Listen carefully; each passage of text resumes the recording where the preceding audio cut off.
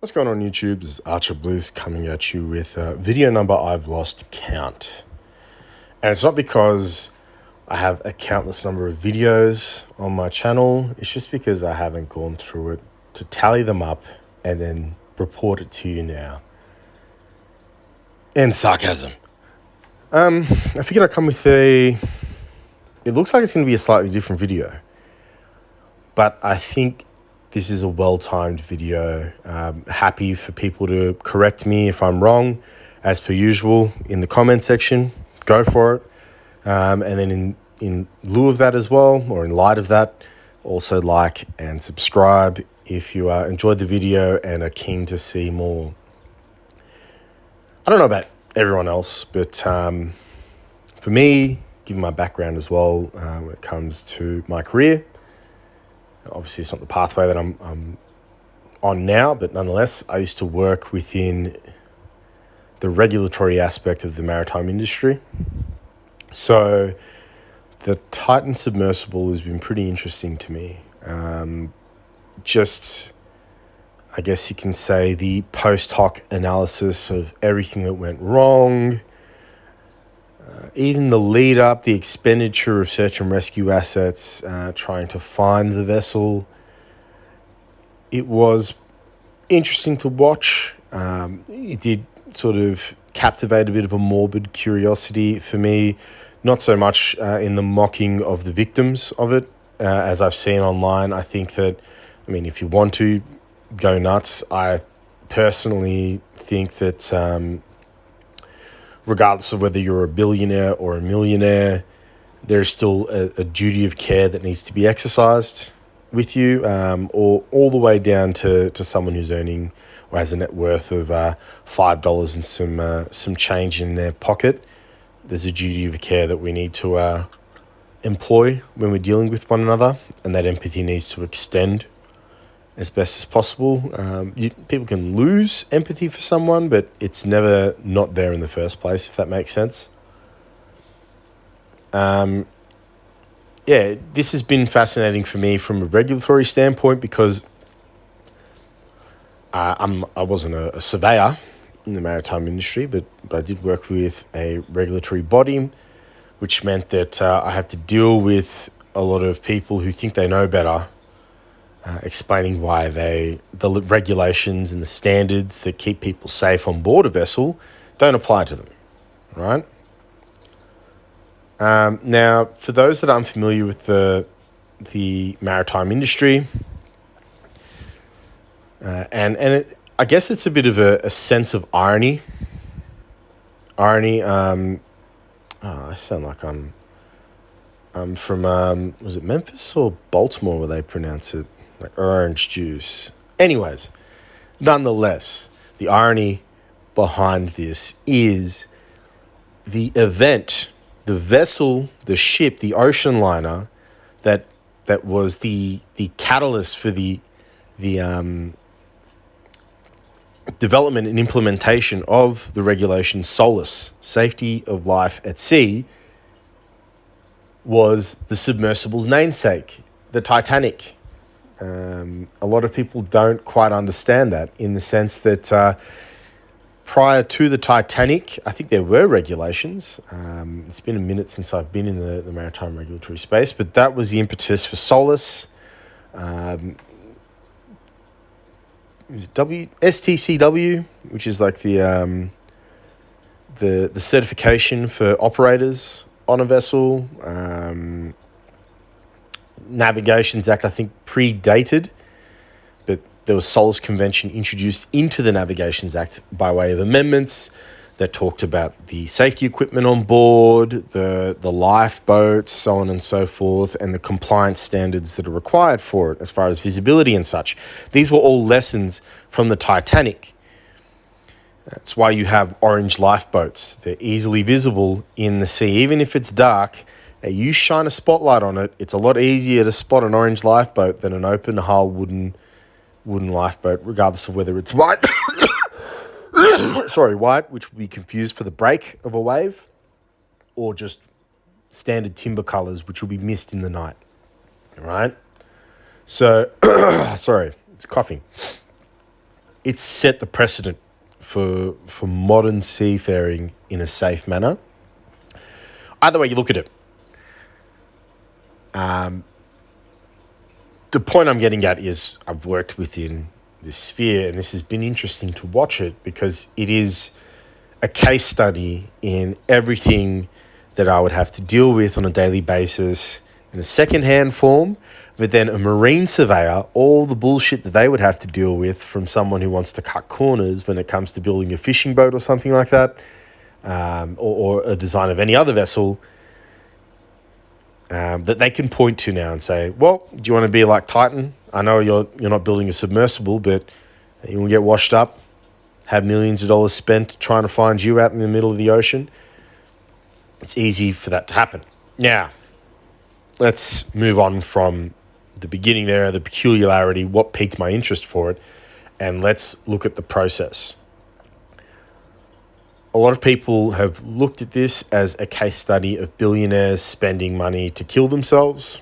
I don't think that's fit for purpose. I think that's a silly comparison to make.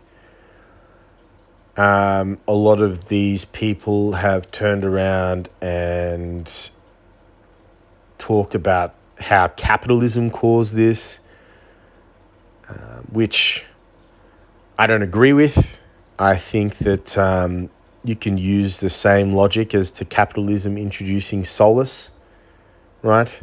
So that kind of debunks that narrative. The narrative you should take from this is twofold. One, this is libertarianism at play.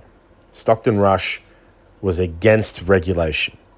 He didn't like regulation. He thought it stifled, quote unquote, innovation. Now, that leads me to suspect that Stockton Rush had a fundamental misunderstanding of what innovation actually is. He thinks it's being disruptive in the term that is used by Silicon Valley, which is just finding a legislative loophole and plugging the gap with your product, rather than true innovation, which is a leap and a bound in technology or a process or knowledge that makes a task or a process more efficient, right? Like surviving was made more efficient with the discovery of fire to cook meats and make them less pathogen infested, right? Farming allowed us to no longer be reliant on, what the environment itself can provide us, because we can manipulate the environment using agriculture to provide us with the sustenance that we need to survive, right? Those are true innovations. Uber is not an innovation. There's nothing innovative about Uber. Uber literally just looked at the regulations behind taxis and said, what if we just let people drive people around on their own? Created an insurance loophole, which is being plugged up, and all it did was just flood the market and deteriorate roads, because now everyone wants to be a taxi driver, whereas before you'd have to get a license and they were fixed rights allocated to owners of taxis. So the invention of Uber, or at least the app itself, has actually had a negative impact on transport in general. The roads are in worse condition. Carbon emissions haven't really been negated in any way, shape or form.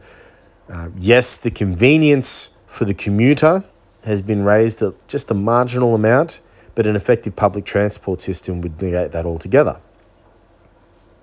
Let's sweep that to the side. Disruptive tech, libertarianism, and let's look at the main lesson that we can take as progressives from this. So libertarianism aside, a case study on why libertarianism doesn't work, because Stockton Rush was fairly hands off my operations when it came to regulation. You have to look at his hubris. And hubris is really dangerous. This is a perfect example. I'll send you in a sub made out of carbon fiber, which was not the industry standard. You chose it because it was cheap, and you tried to justify its choice after the fact. It obviously delaminated one way or another, and it crushed you. Instantaneously crushed you. I still look at the scene of, if you're a Neon Genesis fan, Gendo Ikari in the hands of Ava Unit 1, now Yui Ikari, awakened, and she just squeezes him. Same thing, right? Like, crushed.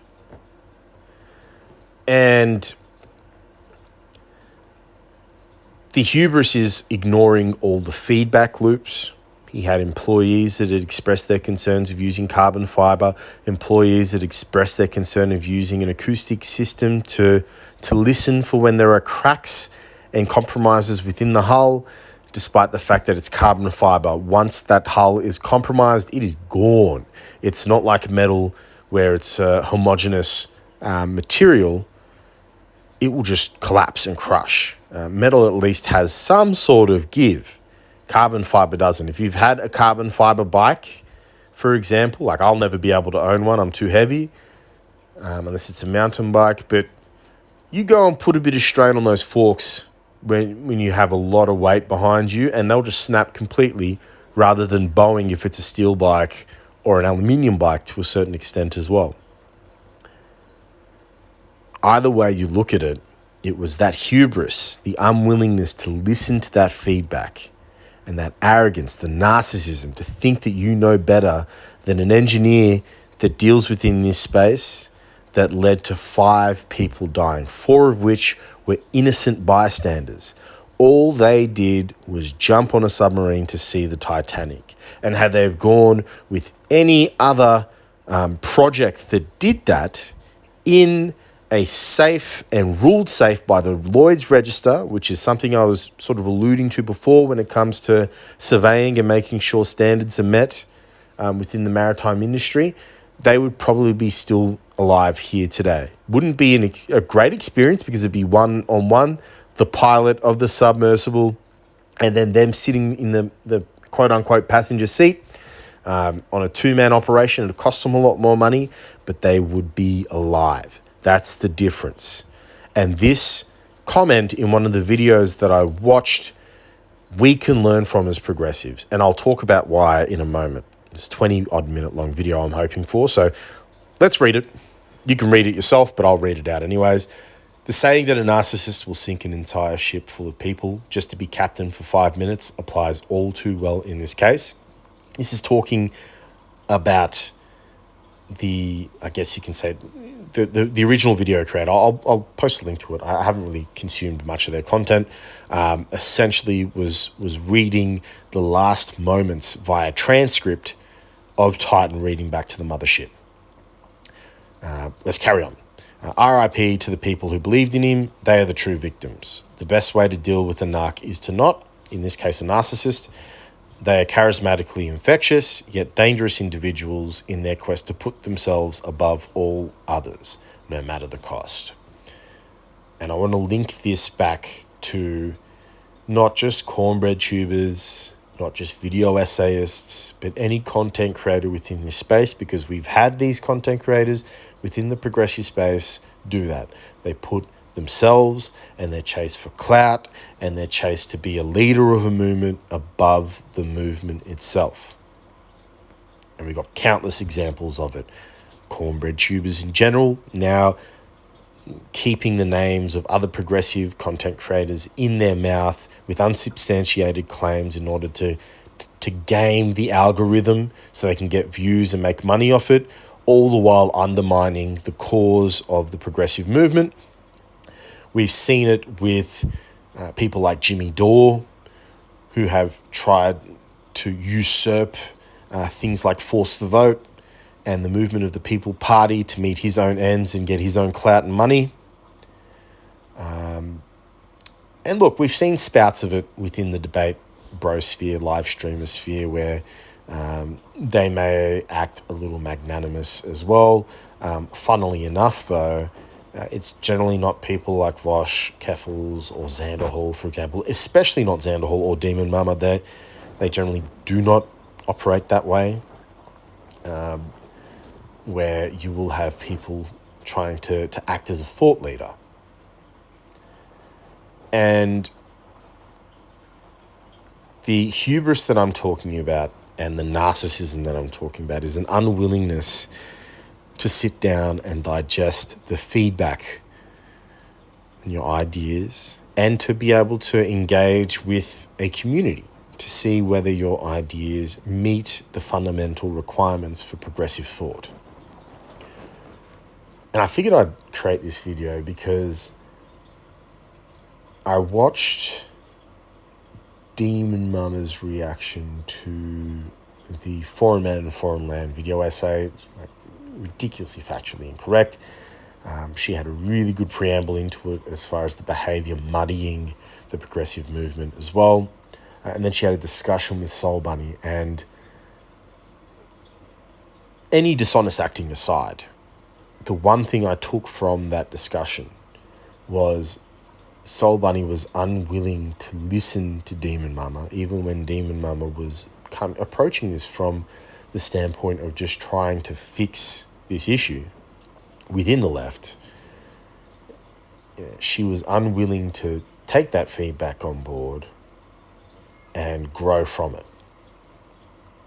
And I think that behaviour is symptomatic and not isolated within the progressive space. I'm not just talking about video essayists, I'm not just talking about live streamers and such. It is spread through it. And the example, a paragon that I'd use to sort of treat as a guide as to how we should behave is someone like Sam Cedar and, in general, the Majority Report itself. If, for those that are unaware, I'm sure you would be, Sam Cedar is someone who's not really interested in building his own clout. He's not interested in leading a movement per se. His interest lies in just achieving progressive goals. And he has a different lens with which he looks at things. He's been in this for a while. I'm not a spring chicken myself. So I've lived on this planet long enough to be able to understand that we have to play a long game with this. It's not something that can happen instantaneously. And that means you have to play within the realities that are dealt to you. Here in Australia, we're lucky. We have ranked choice voting, which means that we can use third parties that may be more progressive than Labor, for example, who is fairly progressive as it is, to drag them further left on key issues and have policy enacted that serves that. The US doesn't have that. The US doesn't have ranked choice voting. You only have it in a few states, and that only applies at the state level. You would need major electoral reform to see a third party come into place. Now, this feeds into those talking heads that promote the idea of voting a third party or not voting at all. Unfortunately, the reality of the matter is, in the US especially, you've got two parties. One that wants to play by the rules of democracy, the other that wants to undermine it to maintain and attain power. Democrats being the former, Republicans being the latter. You can't let the latter win, because if you let the latter win, it's game over. There is no progress at that point. There's just regression. And you're seeing it now. When Donald Trump came into power, because you had a ton of disaffected Hillary voters and a ton of empowered Donald Trump voters, he appointed record numbers of justices at the state level, record numbers of justices into just the circuit itself, federally speaking. And then he also appointed, I think it was like 3 Supreme Court justices during his term. After Ruth Bader Ginsburg passed away, unfortunately. Rest in peace, of course. But the fact of the matter is, they have wreaked the damage. Like, now you're starting to see the effects, the after effects of that 1 4-year term of a conservative government. You're seeing affirmative action being repealed. You're seeing Roe v. Wade being repealed. You're seeing fundamental rights for the LGBT community as a whole. I'm saying community because I'm talking about all LGBT people. Their rights are being revoked at a federal level, as well as a state level in certain instances, by removing certain protections. So this is the damage that is sectarianism. This is the damage that your hubris and your thought that you know best can cause. So I'm hoping that the progressive movement as a whole, globally speaking, I'm not just talking about the States. The States are just the main example because you guys are kind of the cultural hegemony. You're the influencer of pop culture at the moment, as well as political culture. This is the damage that the apathy that comes from your willingness to make this about clout as opposed to the cause can lead to and can be inflicted. So wise up, and like I've said before in numerous videos, just be better. Otherwise, everything that you complain about, you will be, or you have actively, to a certain extent, depending on your the time that you've been online, have played a role in seeing imposed. Meanwhile, people like Sam Cedar are just looking on in frustration at the stupidity. People like Vosh looking on in frustration in stupidity. In the stupidity, of certain actors. So, like I said, cornbread tubers, anyone that sort of falls under the scope of this video, wisen up, sharpen up, and I'll see you all next time. Bye.